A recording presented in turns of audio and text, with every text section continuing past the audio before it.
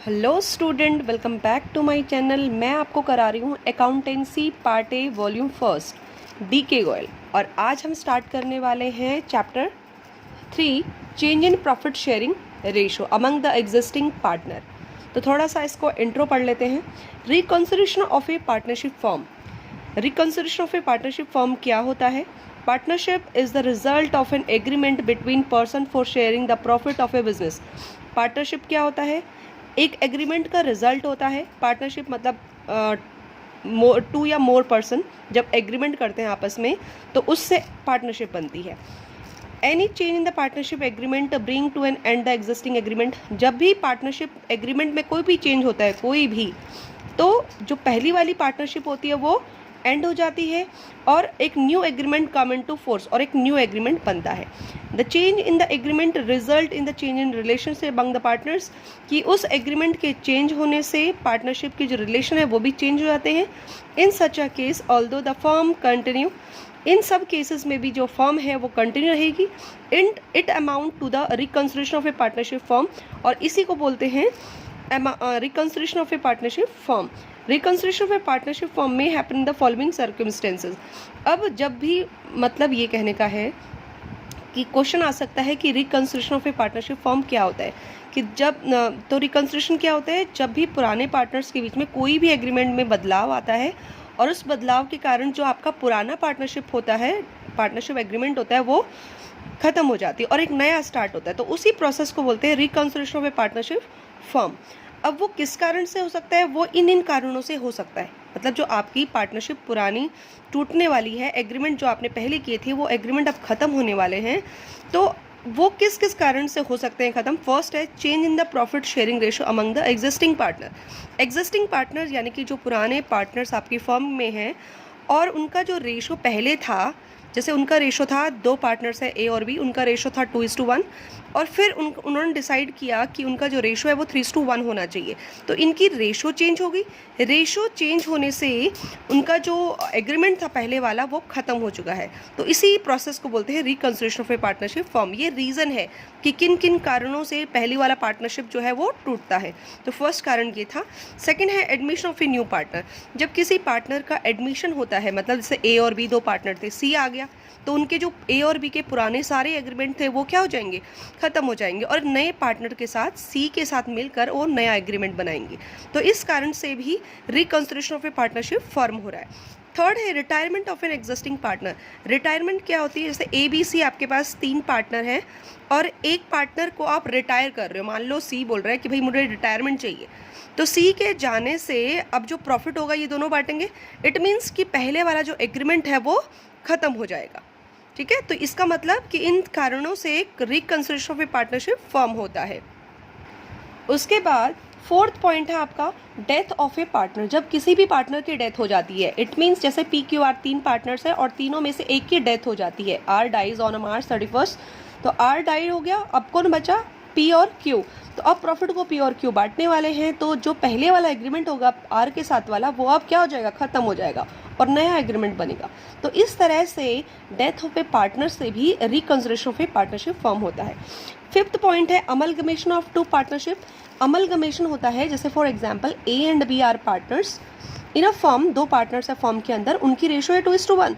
To eliminate competition they amalgamate the firm with the firm of C and D. उन्होंने क्या किया? Competition को कम करने के लिए उन्होंने जो दूसरी फर्म थी, एक सी और डी की कोई फर्म थी, उनको आपस में अमलगमेट कर दिया, मिल गए। मतलब जब एक कंपनी दूसरी कंपनी से मिल जाती है तो यहाँ पे अब दोनों कंपनी मिल गई, तो अब new ratio A B C D चारों की जो रेशो है वो ये हो जाएगी।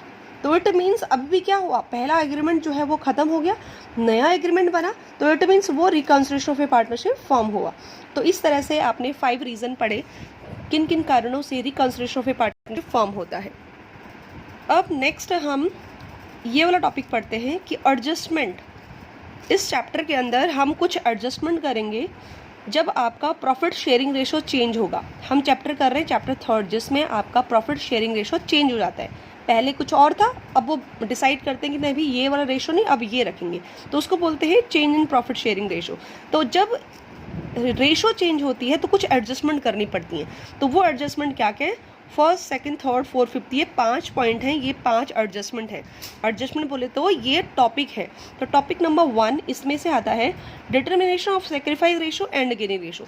सबसे पहले जब भी पार्टनर्स का रेशो चेंज होता है तो आपको एडजस्टमेंट फर्स्ट तो यही करनी पड़ेगी कि रेशो चेंज होने से किसी पार्टनर्स को प्रॉफिट होने वाला है, किसी को लॉस होने वाला है। तो इट मीन्स किसी का सेक्रीफाइस निकलेगा, किसी का गेनिंग रेशो निकलेगा। तो पहली एडजस्टमेंट आपको ये करनी पड़ेगी।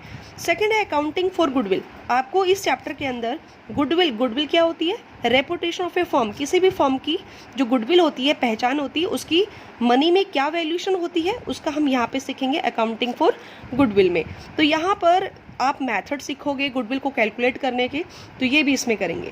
थर्ड में accounting treatment of reserve, accumulated profit, फिर accounting for revaluation of assets and liability, and fifth है एडजस्टमेंट ऑफ कैपिटल। ये 5 तरह के टॉपिक आपको इस चैप्टर के अंदर करने हैं। तो फर्स्ट आपका टॉपिक है सेक्रीफाइस रेशो। सबसे पहले स्टूडेंट, सेक्रीफाइस रेशो का फॉर्मूला होता है old ratio minus new ratio. Old ratio आपको क्वेश्चन में गिवन होगी, और न्यू रेशो जैसे पार्टनर ए बी हैं, उन्होंने रेशो रखा 2:1 पहले जो था, अब उन्होंने चेंज करके रखा 3:2। तो जो रेशो चेंज करके उन्होंने रखा है उसको बोलते हैं न्यू रेशो, और ये ओल्ड रेशो। तो फॉर्मूला बनता है old ratio minus new ratio, sacrifice ratio. Hindi में इसको बोलते हैं त्याग अनुपात। यानी कि जब भी रेशो में चेंज होगा तो आप याद रखिएगा कि जब भी रेशो में चेंज होगा तो किसी न किसी पार्टनर्स को प्रॉफिट होने वाला है और किसी न किसी पार्टनर को लॉस होने वाला है। तो उसी जब कोई पार्टनर सेक्रीफाइस करता है इट मीन्स उसका प्रॉफिट का शेयर पहले से कम हो गया है। और जब कोई गेन करता है, हमें 2 रेशो सीखनी है इस चैप्टर के अंदर, sacrifice ratio and gaining ratio. तो सेक्रीफाइस रेशो आपको बताता है कि पार्टनर्स को कितना उसने सेक्रीफाइस किया है, कितना उसको लॉस होने वाला है। और गेनिंग रेशो बताता है कि किसी पार्टनर्स को कितना गेन हुआ है प्रॉफिट शेयरिंग रेशो चेंज करने में। तो पहला फॉर्मूला ये है सेक्रीफाइस रेशो का, और दूसरा आपका जो फॉर्मूला है वो गेनिंग रेशो का ये रहा। इसका opposite new ratio minus old ratio. तो यहाँ पर तो रेशो निकालने का बहुत शॉर्ट क्वेश्चन है और बहुत इजी क्वेश्चन है, तो ये मैं इलस्ट्रेशन से ही कराती हूँ। फिर उसके बाद जब गुडविल का टॉपिक आएगा तो वो प्रैक्टिकल क्वेश्चन हम करेंगे। तो इलस्ट्रेशन फर्स्ट है, जैसे ए और बी 2 पार्टनर्स थे, उनकी रेशो 2:1 थी। एंड उसके बाद 1 अप्रैल 2021 में they agree to share profit and loss equally. फिर उन दोनों ने डिसाइड किया कि भाई हमारा जो प्रॉफिट शेयरिंग रेशो है वो इक्वली होगा। इक्वली है इट मीन्स 1:1 होगा। तो कैलकुलेट इंडिविजुअल पार्टनर मतलब हर एक पार्टनर का अलग अलग सेक्रीफाइस रेशो और गेन निकालो। मतलब आपको मैंने 2 फॉर्मूले बताए, लेकिन आपने दोनों को एक साथ अप्लाई नहीं करना। आप क्या अप्लाई करोगे? हमेशा सेक्रीफाइस रेशो, जिसका फॉर्मूला होता है old ratio minus new ratio. आपने हमेशा ही ये करना है फॉलो। उसके बाद जैसे old ratio of A and B 2:1, new ratio of A and B कितना है 1:1। उसके बाद सेक्रीफाइस या गेनिंग, आपने सिर्फ सेक्रीफाइस रेशो का ये वाला फॉर्मूला लगाना है। तो ये फॉर्मूला है आपका ओल्ड माइनस न्यू। तो ओल्ड रेशो कितना है? अब ए का देखो, ए का ओल्ड रेशो और ए का न्यू रेशो। ए का ओल्ड रेशो है 2 और ये ऐड करके नीचे चला जाता है, पता है ना आपको, 2 + 1 3। तो 2/3 ये ए का ओल्ड रेशो है। और न्यू रेशो कितना हो गया? 1 तो रहेगा, अपॉन में इसको ऐड करके डालते हैं 1/2। तो ये इसका न्यू रेशो। फिर एलसीएम लेना आता है आप सभी को, एलसीएम ले लेंगे। ये 1/6, 4 में से 3 माइनस करना है, 1/6 ये आपका सेक्रीफाइस। अब ये जो है ये प्लस में आया है, 4 - 3 + 1/6, तो ये सेक्रीफाइस है। नेक्स्ट है आपका बी, वैसे ही बी का निकालना है। बी का शेयर कितना है 1 और ये ऐड करके नीचे, तो 1/3 - 1/2 एलसीएम लेना है 1/6। अब 2 में से अगर 3 को माइनस करोगे तो माइनस में आएगा ना, -1/6। तो बेटा जी ये याद रखना है कि जब भी आप सेक्रीफाइस रेशो का फॉर्मूला लगाओ, सेक्रीफाई ओल्ड माइनस न्यू होगा। और अगर आपका आंसर प्लस में आ रहा है तो इट मीन्स इस पार्टनर ने सेक्रीफाइस किया है, और अगर माइनस में आता है तो इट मीन्स इस पार्टनर को गेन हुआ है। रेशो चेंज करने से इसको फायदा हुआ, इसको नुकसान हुआ है। ठीक है, तो ये 1 नंबर में कभी पूछ लेता है कि सेक्रीफाइस रेशो निकाल के दिखाओ या गेनिंग रेशो निकाल के दिखाओ, तो इस तरह से हम निकाल सकते हैं। अगर सेक्रीफाइस रेशो बोलेगा तो ये फॉर्मूला लगाना है, और अगर प्लस में है तो सेक्रीफाइस, इसने सेक्रीफाइस किया, और अगर माइनस में आता है तो इट मीन्स इस पर्सन को, ये बी पार्टनर को गेन हुआ है, फायदा हुआ है रेशो चेंज करने से। अब स्टूडेंट हमारा दूसरा टॉपिक है एडजस्टमेंट 2 है गुडविल। गुडविल आप सभी को पता है कि रेपुटेशन ऑफ ए कंपनी, किसी भी गुड नेम का जो प्राइस होता है, किसी भी कंपनी की जो वैल्यू होती है, गुडविल होती है, गुड नेम होता है, उसका भी कुछ वैल्यूएशन होता है। तो अभी तक 11th क्लास में तो आप सबने गुडविल के बारे में पढ़ा होगा सिर्फ, लेकिन उसका वैल्यूएशन मनी टर्म्स में कैसे करना है वो सब हम यहाँ पर सीखेंगे क्लास 12th में। और बेटा गुडविल को कैलकुलेट करना बहुत अच्छे से सीखना है, क्योंकि आगे जितने भी चैप्टर आप करने वाले हो पार्टनरशिप के अंदर, वो सारे के सारे गुडविल के बिना होने वाले नहीं हैं। तो आपको गुडविल को कैलकुलेट करना बहुत अच्छे से सीखना है।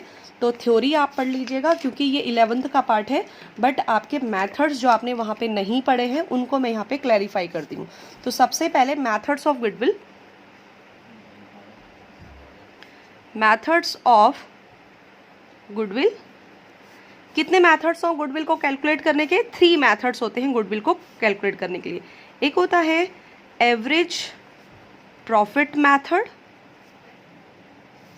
और second one super profit method, और लास्ट है कैपिटलाइजिंग मेथड। तो इस तरह से सबसे पहला है एवरेज प्रॉफिट मेथड। तो हम सबसे पहले एवरेज प्रॉफिट मेथड को सॉल्व करेंगे।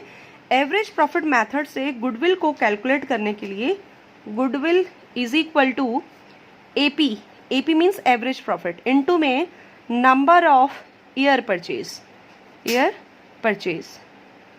ठीक है। AP होता है एवरेज निकालना। अब AP एवरेज निकालना अगर आपने स्टैटिस्टिक पढ़ी हो, इकोनॉमिक्स पढ़ी हो 11th क्लास में, तो वहाँ पे मीन आपने सीखा होगा।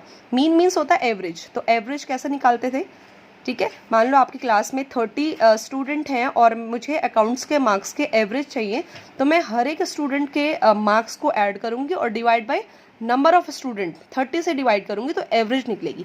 ऐसे यहाँ पे क्वेश्चन के अंदर प्रॉफिट गिवन होंगे 4 साल के, 5 साल के।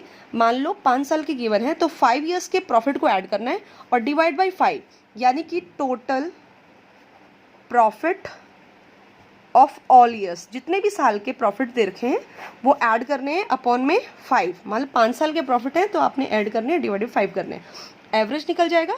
उसके बाद एवरेज को आपने यहाँ पे पुटअप करना है, और नंबर ऑफ ईयर गिवन हमेशा आपको क्वेश्चन में गिवन होता है, ऑलवेज गिवन इन क्वेश्चन, हमेशा, ठीक है। बस आपको ये ध्यान रखना है कि जब भी आपको नंबर ऑफ ईयर परचेज दे रखा हो तो परचेज साथ में लिखा होगा।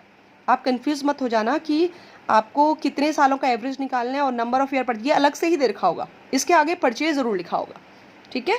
तो इस तरह से पहले मेथड से आपने गुडविल कैलकुलेट करना सीखा है। तो मैं प्रैक्टिकल का क्वेश्चन करा देती हूँ आपको।